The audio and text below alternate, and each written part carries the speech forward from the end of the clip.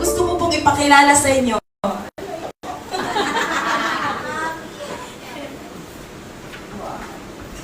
Wait lang. Hindi. Naiiyak talaga ako. Sorry. Kaya ba ako pupurse, encourage yung mga kababaihan, kabataan na maglingkod sa Lord. Dahil ang Lord natin napakabuti. Amen. Gumagawa siya ng paraan kahit hindi posible sa atin magiging posible. Ay, grabe yung background. Ayan. Teka, hinga lang po ako. Baka umiyak po ako sa kanta. Ayan. Awitin mo natin na. Ayan. Umiyak po ako. Ayan. Jesus mo. Are you past the point of wavering? Is it more than rain haven? Is it all too much carry? It's all about my future. Feel that empty feeling. Cause dreams don't mean all it's needed. And you're desperate for some needing. Let me tell you about my Jesus. He makes a way where there ain't no way. Rises up from an empty grave.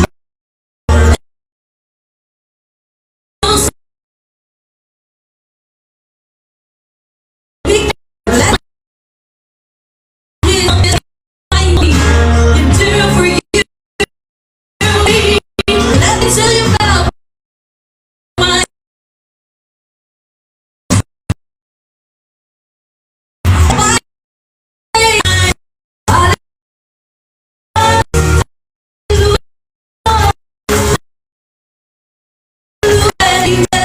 who can wipe away the tears, broken dreams, and all the past to disappear. So let me tell you about my Jesus.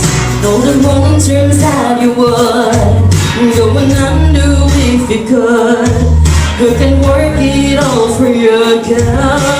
Let me tell you about my Jesus. He makes a way where there ain't no way. Rises up from an empty grave. Ain't this sinner that he can save? Let me tell you about my Jesus. His love is strong and his grace is free. And the good news is I know that he will do for you what he's done for me. Let me tell you about my Jesus. And let my Jesus change your life. Hallelujah. Hallelujah. Hallelujah. Amen. Amen. Amen. Will you take my cross to Calvary? Pay the price for all my guilty. Who would care that much about me? Let me tell you about my Jesus. Oh, he makes a way where there ain't no way. Rises up from an empty grave. Ain't no sinner that he can save. Let me tell you about my Jesus. His love is strong and his grace is free. And the good news is I know that he can do for you what he's done for me. Let me tell you about my Jesus. And let my Jesus change your life. Hallelujah.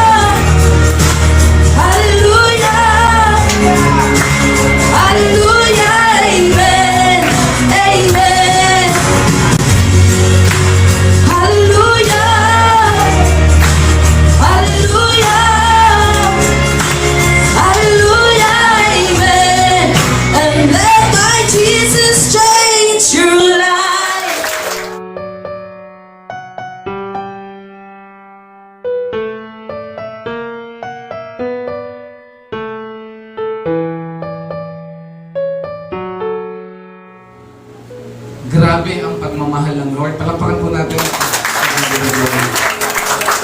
Diba? Ang sarap po na magpuri sa Panginoon. The best. Sabi nga, yung pagbabago ng buhay po natin ay makakamtan lamang sa ating Panginoon. Amen? Mga kapatid. Tayo po sumandaling manalangin, Lord, empower us right now. Your word na nagbibigay sa amin ng buhay. Nagbibigay sa amin ng pag-asa. Nagbibigay sa amin, Panginoon, ang katuparan ng aming mga pangarap. At higit sa lahat, Lord, ito po yung daan para kami ay makatungo diyan sa iyong kaharian. Now, Lord, bless this church. Bless, Panginoon, sa mga nanonood ngayon. I-bless niyo po, Panginoon, yung mga taong akala nila ay punong-puno na sila ng problema, punong-puno na ng walang pag-asa. But right now, Lord, your power, your word, magbibigay po sa amin ng kagalakan, ng kasaganaan sa buhay po namin. All the glory, we give thanks to you, Father. In Jesus' name we pray. Amen. Amen. Amen. Ang sarap po, mga kapatid, na umiyak, na alam mong umiiyak ka dahil binigyan ka ng pagkakataong mabuhay mo muli. Amen. Ang sarap umiyak dahil punong-puno ka ng problema, but God nagbigay sa iyo ng saving grace sa bawat isa sa atin. Yun po yung dahilan kung bakit may problema po tayo. Para maramdaman po natin kung gaano kalawak, kalaki, katindi yung kanyang pagmamahal sa buhay ng bawat isa sa atin.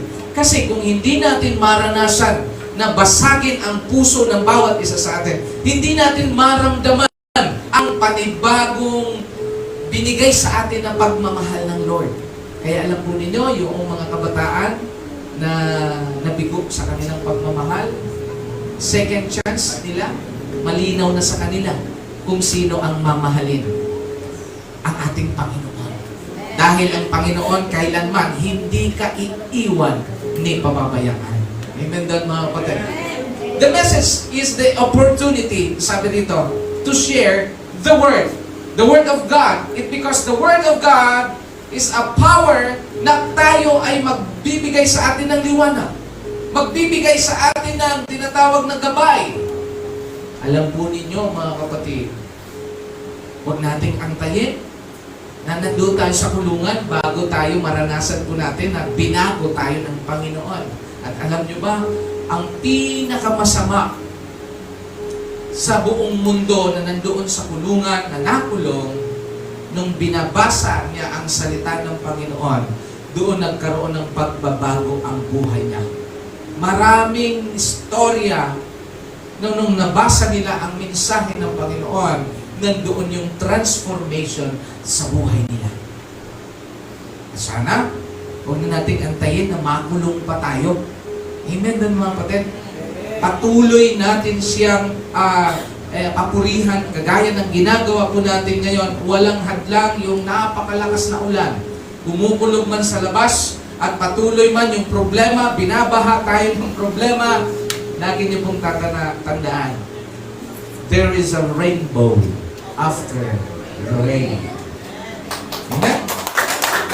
Kapag may bagyo sa buong mundo, sa atin sa Pilipinas, alam po ninyo, napakagandang epekto po niyan after the storm.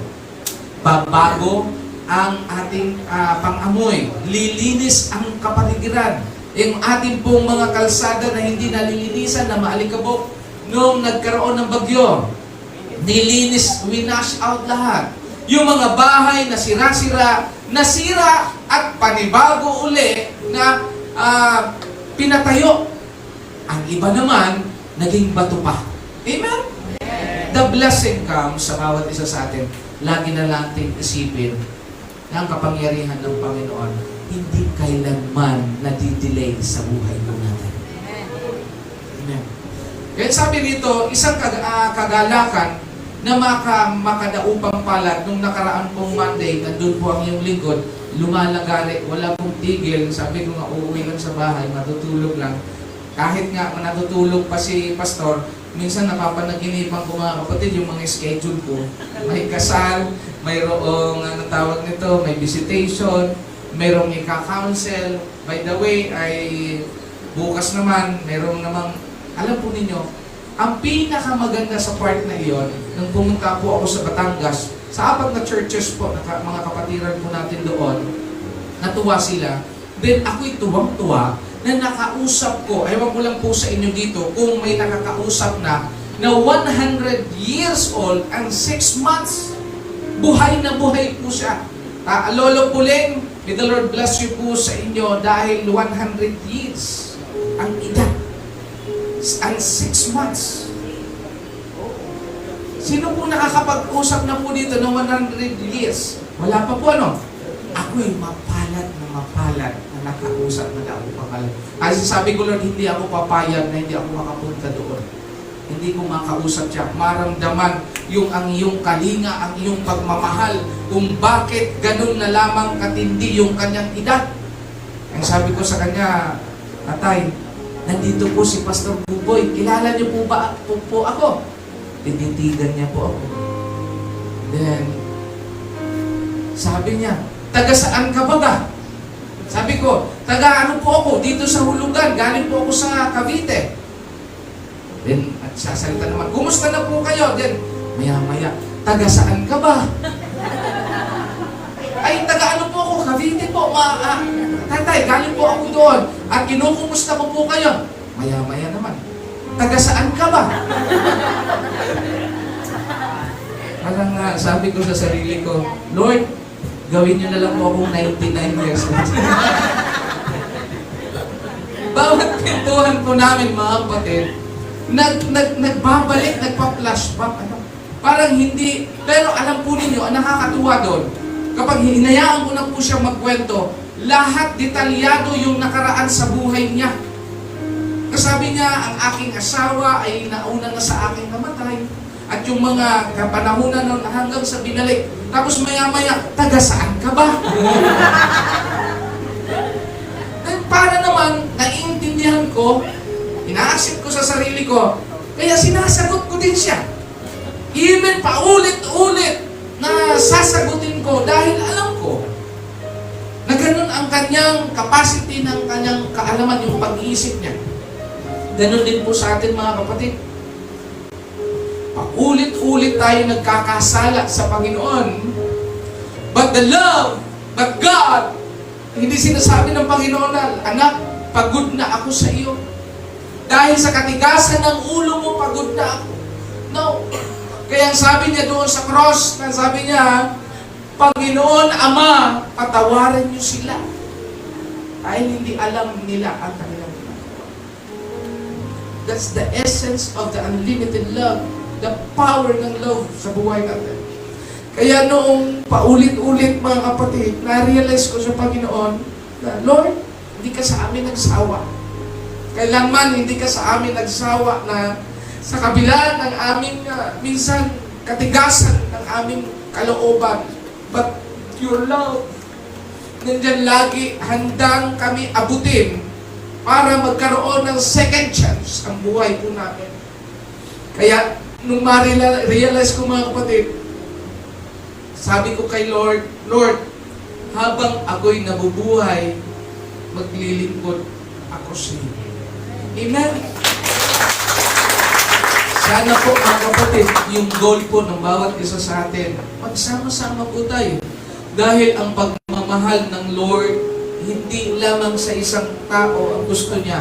Doon sa langit, lahat ay maligtas. Hindi dapat maiiwan ang iyong pamilya, ang iyong barkada, ang iyong katrabaho, ang iyong kapitbahay, hanggat maaari, mga kapatid. Ang gusto ng Panginoon, noon pa man 2,000 years ago, kasama na sila niligtas ng ating Panginoon. Ang gagawin lang po natin, hindi man sila makinig ngayon, pupulitin lang natin. Kahit paulit-ulitin natin silang imbitahan sa bahay-sambahan, huwag tayong maghinawa, huwag tayong mapagod, dahil ang pagpapala ng Panginoon kailanman 24/7 hindi napapagod sa buhay ng bawat isa sa atin. Kaya mga kapatid, nung paalis na po ako, sabi ko, ay, kung ito man ang huli nating pag-uusap, in my heart, Kasi humiga na po siya, hindi siya tumatagal na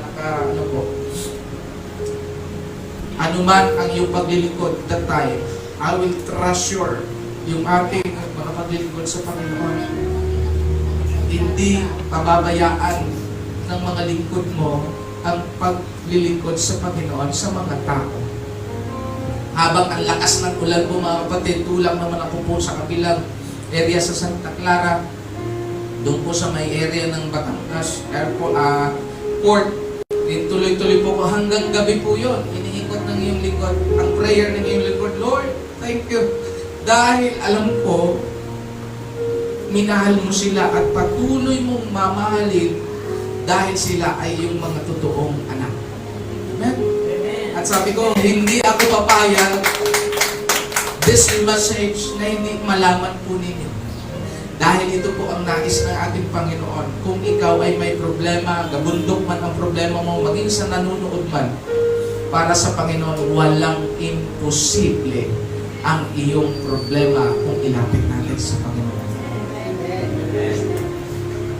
Kaya mga kapatid, tuloy-tuloy po ang ating pangangaral.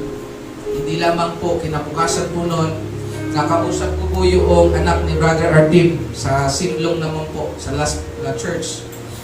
Sabi ng nanay, anak, kailan ka magpabautismo? Na ano agad sa akin na kinausap ko yung bata. Siguro nasa edad po ni Kuya Lance. Ano po? Sabi ko, anak, kailan mo tatanggapin yung pagmamahal ng Panginoon na noon pa man namatay na siya para sa iyo. Then ngayon, habang nakikinig siya, then maya-maya, willing ka na ba na sumunod sa Panginoon at isuko ang mga sabi ng pastor? Magpapabautis mo po. Tatanggap ako sa Panginoon. Alam po ninyo, ang unang-unang natuwa, mga kapatid, siyempre, yung magulang. Dahil alam niya kung saan mapupunta ang magandang kalalagayan ng kanyang anak doon sa langit. Kayo din po, mga kapatid. Gusto natin na mga magulang, ang ating pong mga anak, makapagtapos ng pag-aaral. Gusto natin na mapaganda ang buhay po nila. Pero as long as hindi natin tinanggap ang pagpapala ng Panginoon, isinuko ang buhay po natin sa Panginoon, hindi natin makuha ang totoong kayamanan na yung bibigyan ka ng buhay na walang hanggan at aariin ka, ang sabi rito, ng mga totoong tunay na anak ko. Alam po, ang sarap po ninyo. Kaya, hindi dapat po tayo tumatambay sa kalungkutan. Hindi dapat tayo ay nanghihina pagdating po sa ating mga pangarap. Hindi po dapat tayo susuko. Bakit? Noon pa man, ang sabi ng Panginoon, anak, nagtagumpay ka na. Dahil kasama mo ako noon pa man. At hanggang ngayon, ang sabi ng sa John 14, ipaghahanda ko kayo ng mansyon.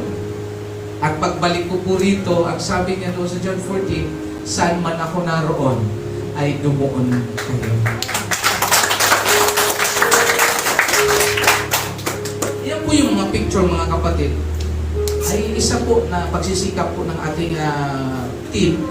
Kayo din po, ang aming pong kahilingan. Ipadama po natin pagmamahal ng Panginoon.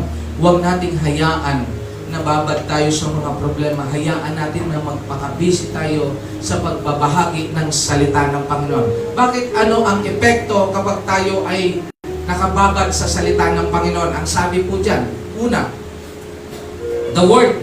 Sabi nito, ang benefit ng pagiging personal, yung word ng Panginoon. The most important benefits of studying God's Word is that it is give us life, spiritual and physical. Ang pagiging palabasa sa salita ng Panginoon ay nagbibigay buhay. Nagbibigay sa atin ng napakagandang plano ng Lord. Kasi araw-araw, mga kapatid, kinakausap ka ng Panginoon. Araw-araw, natutunan po natin kung anong dapat natin gawin. Kaya binibigyan tayo ng magandang buhay sa tuwing kausap natin ang Panginoon. Subukan niyo mga kapatid, kung lagi araw-araw kausap mo chismosa, ano ka na? Diba? Hawaan lang yan, mga kapatid. Di ba? Subukan mo ang kasama mo, laging galit. Ano mangyayari sa'yo? Subukan mo yung kasama mo, laging walang pera. Anong mukha mo rin? Subukan mo ang kasama mo ay mga negosyante. Anong mukha mo rin? Alam po ninyo, nag-ano po yan? Kung sa mga cellphone, parang Bluetooth. Parang nag-ano po yan yung spirit po ninyo. Subukan mo lagi kayong nagbabasa araw-araw, kausap mo na ang Panginoon. Sigurado po yun mga kapatid, mga anghel ang kasama mo. Ang banal na espiritu kasama mo. Kaya nga pag dumating yung bagyo sa buhay mo, madali mo mang overcome. Dahil ang problema, iyan po ay isang test sa bawat isa sa atin. Kung paano natin maging perfect yung ating. Dahil alam po natin, ang Panginoon ang nagbibigay ng karunungan sa buhay po natin. Pangalawang bagay na very important. Sabi rito, for you have been born again not of perishable seed, but of imperishable through the living and ending Word of God. I am laid low in the dust, preserve my life according to your word. This is my comfort in my afflictions, that your word has revived me. Ang iyong salita ay nagbigay sa akin ng buhay. In the Old Testament and the New Testament, sa ngalan ng salita ng Panginoon, by the power of the word, si Lazaro ay nabuhay na maguli. May mga taong nagugutom. Ano ang sabi ng Panginoon? We give thanks to God. Sila po ay nakakain. May mga taong sumigaw sa ating Panginoon, Lord, bigyan mo kami ng kakalingan. Gumaling ang may sakit. Yung mga tao din na gusto rin ng hanap buhay, nagkaroon po sila ng hanap buhay by the word. Alam po ninyo, sa maiksi o mahabang salita man, hindi tinitingnan ng Lord. Yung pagsasalita mo sa Panginoon, Lord, help me. Yung word lang na help me. Grabe po ang impact sa Panginoon niya. If you believe, ang sabi doon, if you believe, will not perish but have everlasting life. Alam po ninyo mga survival, kapag kwenentuhan, in-interview niyo po sila, bakit ka naligtas? Anong ginawa mo? Nag-pray lang kami. Humingi ako ng tulong sa Panginoon. Alam po ninyo, ang hinawakan lang niya, ano lang, kahoy lang na maliit. Naligtas siya sa baha. Yung sa Bicol, mga kapatid, kung na ano po ninyo, yung bato-bato, yung bulkan, alam po ninyo, nakaano lang po sa kanya, yung parang bubong. Ano ang interview sa kanya? Nanalangin kami sa Panginoon. Amen doon mga kapatid. Kaya nga, kung may problema po kayo, huwag iniisip nyo agad kung saan kayo makapangutang, kung saan ang Bombay. Dapat isipin nyo agad, Lord, may nais kang ipaunawa sa amin at gusto kong matututunan kung bakit ako nawawalan ng pera, kung bakit ako nawawalan ng kaibigan, kung bakit ako nawawalan ng minamahal. Na Lord, bakit hindi tumatagal sa akin ang aking minamahal? Laging may expiration, 1 linggo, 2 linggo, 1 buwan. Bakit wala na siya? Sino kaya yung mga kapatid? It's because of the power of the Lord, yung word niya, makapangyarihan po yan. Pangalawang benepisyo, ito pong sinasabi dito. Studying God's word also help us to grow in faith in Christ-likeness. The more tayo nakausap ang ating Panginoon, yung sinasabi ko, nagkakahawaan. The more ka nagkukwento about God, alam po ninyo yung spirit, alam po ninyo, pansin ko po dito, yung mga yung nakababad sa presensya ng Panginoon, mapapansin niyo po sa mukha po nila. Pero pansin po rin po ninyo, nakababad sa problema, tingnan po ninyo mga mukha ng iyong mga katabi, kung nakababad pa yan sa problema. Magkahawaan po yan. So faith comes from hearing, and hearing by the word of Christ. Like newborn babies crave pure spiritual milk, so that by it you may grow up in your salvation. Yun po yung sinasabi niya. Pangatlong benefit po mga kapatid, ang sabi rito, Another benefit of studying the God's Word is that as we mature, we can lead others in truth. Alam po ninyo mga kapatid, bakit ito si Pastor ganito na lang magsalita? Dahil alam po ninyo, alam ni Daddy yan, kung paano po magbabad, umaga, gabi, sa pagbabasa ng salita ng Panginoon. Sa pakikipag-usap, hindi lamang dito sa salita ng Panginoon. Alam po yung may mga bagay, the moment mo, lagi mong kinakausap ng Panginoon. The moment na hindi dapat kausapin natin ng Panginoon kung tayo lang ay may problema.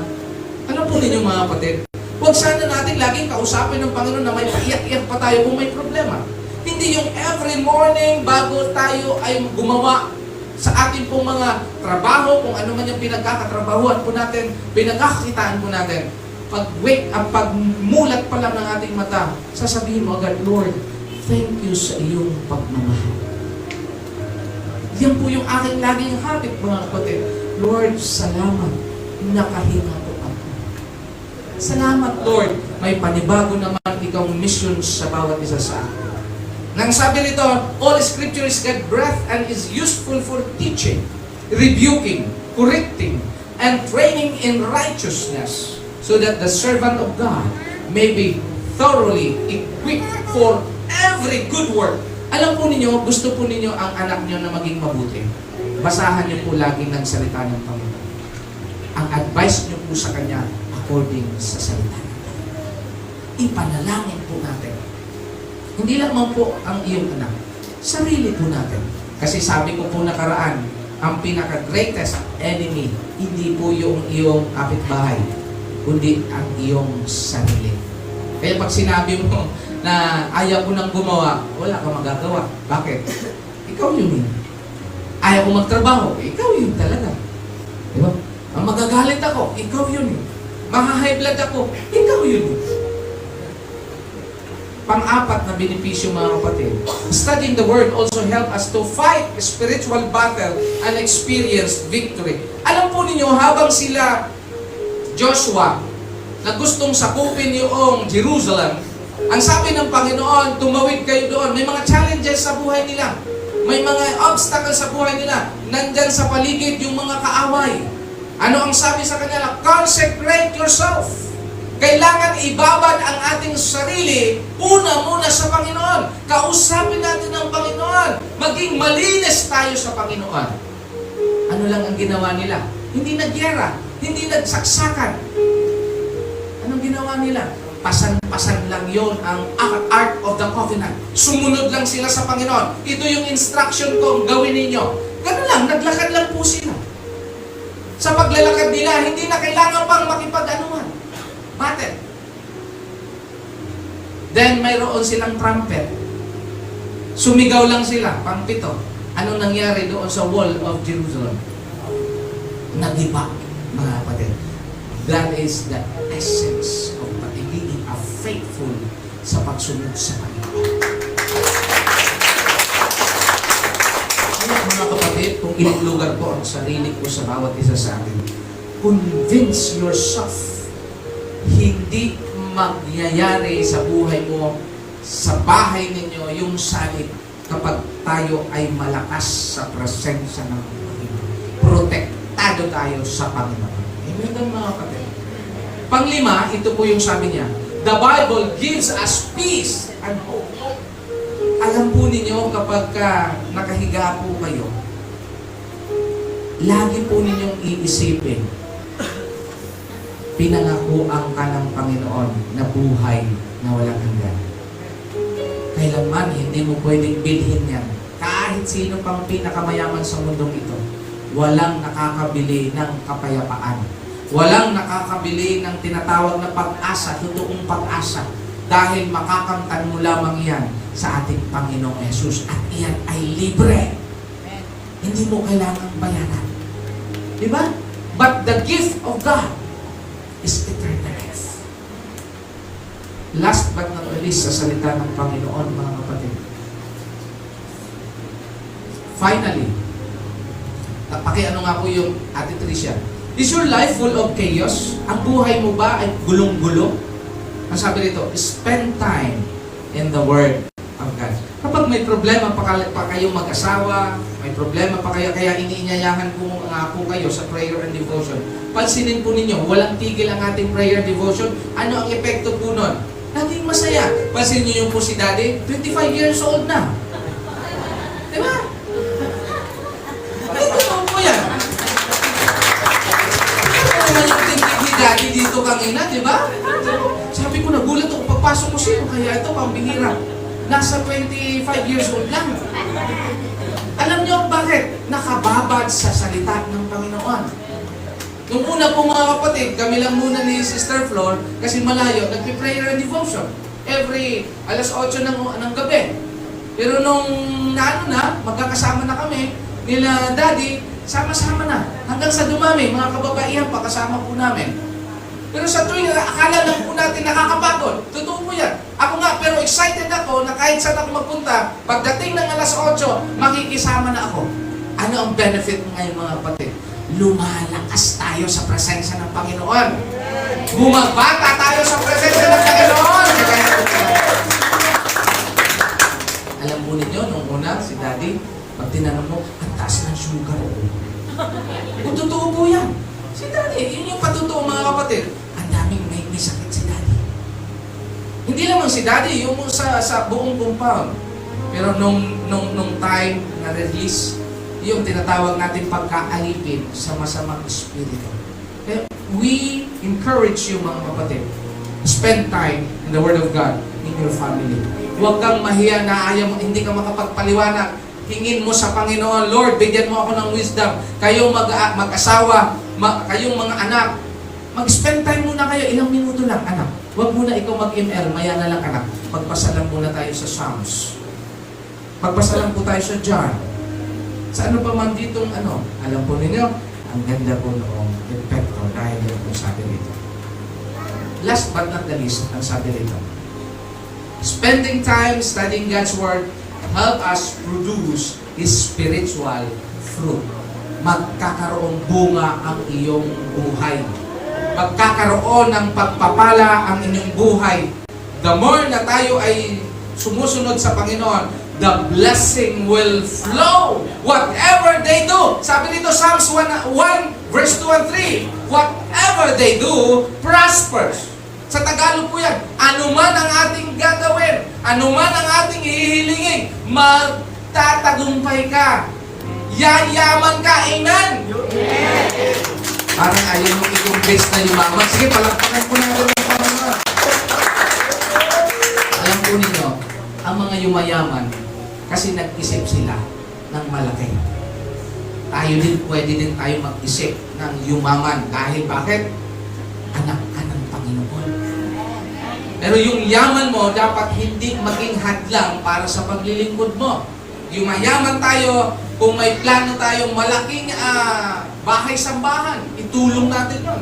Naiinitan ka, sige, kabitan dito ng mga 5 aircon.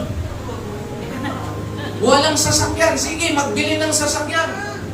Bakit? Huwag tayo manghinawa kasi ang Panginoon sabi niya, anak, kaya natin yan. Masisira din yan. Ang mahalaga, ang puso mo naka-inline sa kalooban ng ating Panginoon.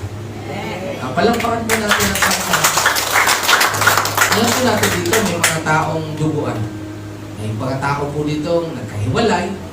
May mga kapatid po tayo dito na maraming nangyari sa buhay po nila. But to tell you honesty, with sincerity, if you believe the power of the Word of God, aalisin ng Lord at papalitan ng buhay.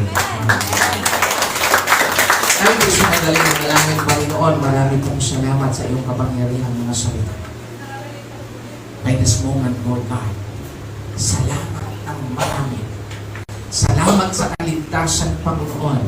Salamat sa kay Jesucristo na nagbigay sa amin ng tunay na kapayapaan. Tunay na pag-asa, Panginoon. Salamat, Panginoon, minsan kami ay umiiyak. Salamat, Panginoon, na binasag niyo po ang aming mga puso upang maramdaman po namin yung favor niyo po sa buhay ng bawat isa po sa amin. Maramdaman po namin ang iyong kalinga sa bawat isa po sa amin. Maramdaman po namin, Panginoon, na ikaw ay totoo. Diyos sa buhay po namin. Maraming salamat, Panginoon. At hindi kami magsasawa na maglilingkod habang kami nabubuhay. Pagpalain niyo po, Panginoon, ang mga tatanggap ngayon ng tubig na bautismo. Pagpalain niyo po, Panginoon, ang nasa telebisyon na nakikinig, nanunood sila, Panginoon. Ito yung pagkakataon na nasumpungan nila ang tunay na kayamanan sa mundong ito. Walang iba, si Jesucristo sa buhay po namin. Lord, sapat ka na sa buhay ng bawat isa po sa amin. All the glory we give thanks to you, Father. In Jesus' name we pray.